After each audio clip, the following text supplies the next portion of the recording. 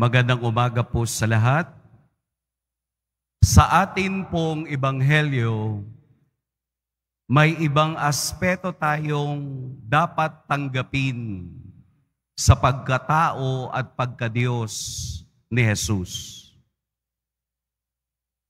Kung palagi tayong sumasabay sa pamamalakad at pamantayan ni Jesus, kapag siya ay nakikitungo sa mga tao, mapapansin ninyo at inyong mapag-iiba na iba ang pangungusap na ginagamit ni Jesus sa harapan ng mga eskriba at pariseo.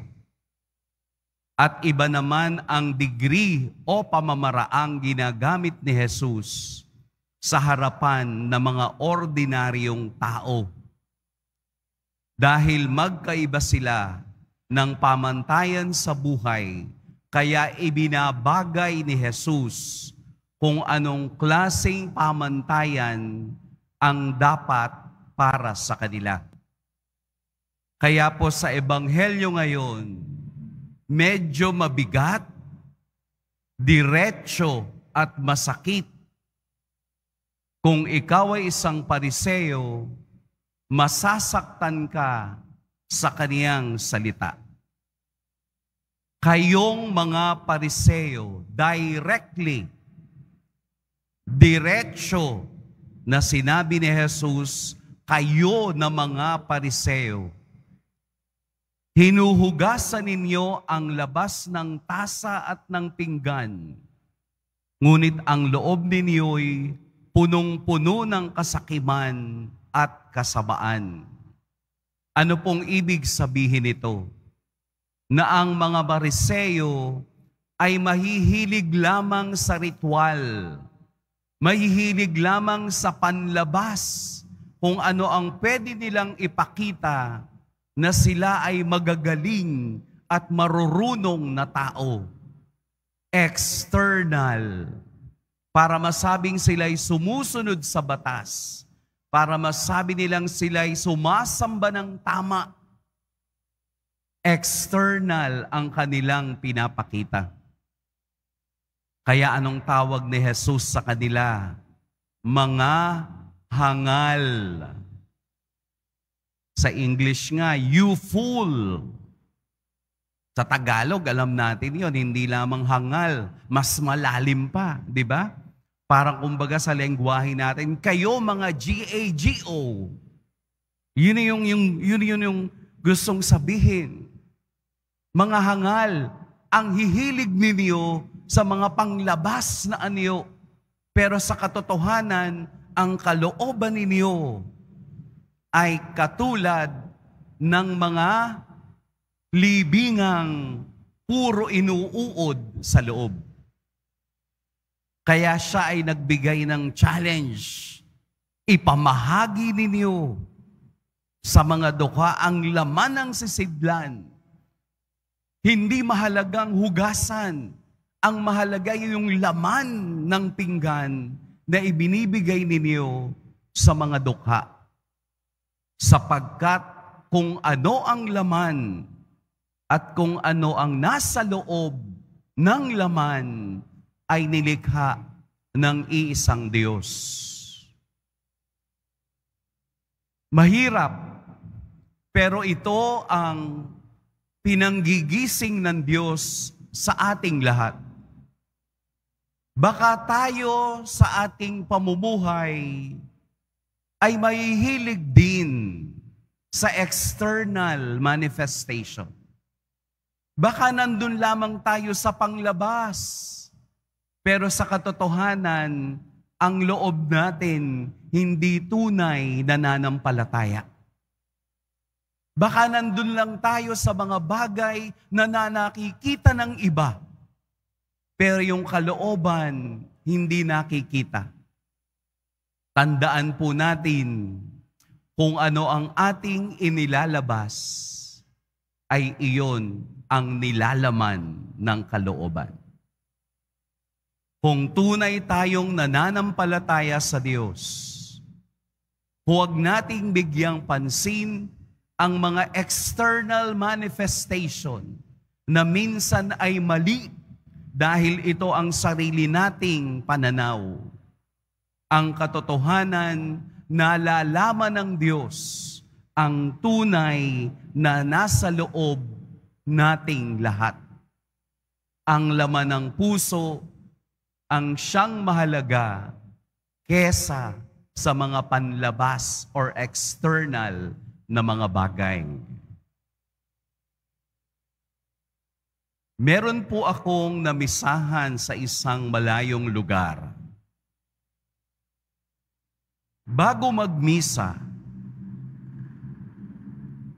sa patay po yung aking misa. Bago magmisa, ang sabi nung isang manong, Father, bago po tayo pumasok sa kapilya, ay magpapatay po muna kami ng manok. At yung dugo ng manok ay ilalagay bilang krus sa lahat ng mag-anak nung namatay. Maraming ganun. Puro external na wala namang kaugnayan sa kaligtasan ng kaluluwa ng taong namatay. Para po saan ang aking tanong? Yun po kasi ang aming tradisyon. Yun ang aming kultura. Sige po, kung gagawin ninyo yan, bago magmisa, ako po ay uuwi na. Total, inilalagay ninyo at ikinukonekta ninyo sa inyong ginagawang dugu-dugugang ang kaluluwa ng tao, di kayo na ang marunong.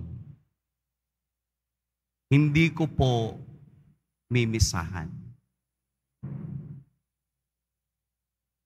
Pangit ng ugali ni Father. Hindi po. Ito ay pagmumulat sa ating lahat na walang koneksyon ang lahat ng external practices para maligtas ang kaluluwa ng tao. Sapagkat ang tunay lamang na kailangan ng tao ay ang panalangin, ang kaniyang kaluluwa ay tanggapin ng Diyos sa kaniyang kaharian. Baka po tayo rin ay marami pang external practices na hindi naman talaga mahalaga. Katulad ng sinabi ni Jesus sa Ebanghelyo, ang galing-galing ninyong tumingin, maghuhugas ng kamay bago kumain. Practices nila yun noon. Yung mga plato, madami-dami nilang practices na hindi nakakatulong. Kaya si Jesus ang nagsabi, baka hanggang ngayon, tayo na hindi sumusunod ay mga hangal pa rin. Tingnan po natin ang ating kalooban at puso upang maikonekta natin sa tunay na mensahe ng Diyos ay ang kaniyang pag-ibig at ang kaniyang awa. Wala na pong iba. Magbawas tayo ng hindi naman talaga mahalaga. Ang idagdag natin ay ang tunay na awa at pag-ibig ng Diyos na nanggagaling sa kaniyang sakripisyo sa krus na inilalaan ng kaniyang anak para sa ating kaligtasan. Maibibigay ang lahat ng ito kung tayo ay totoo sa ating puso at sa ating adhika. Mas banal bang tingnan ang nagsimba na napakaganda ng damit sa nagsimba na nakatsinelas? Who knows? Sinong makakaalam kung hindi ang Diyos na tumitingin sa puso ng tao? Mas banal ba yung paring nagmimisa kesa sa inyo na nagtitinda? Who knows? Only God can tell. At manifestation ng puso mo ang siya lamang makapagsasabi kung ano ang tama na nakaugnay sa paningin at pag-ibig ng Diyos. Ilabas natin kung ano ang tunay na nasa puso ng bawat isa.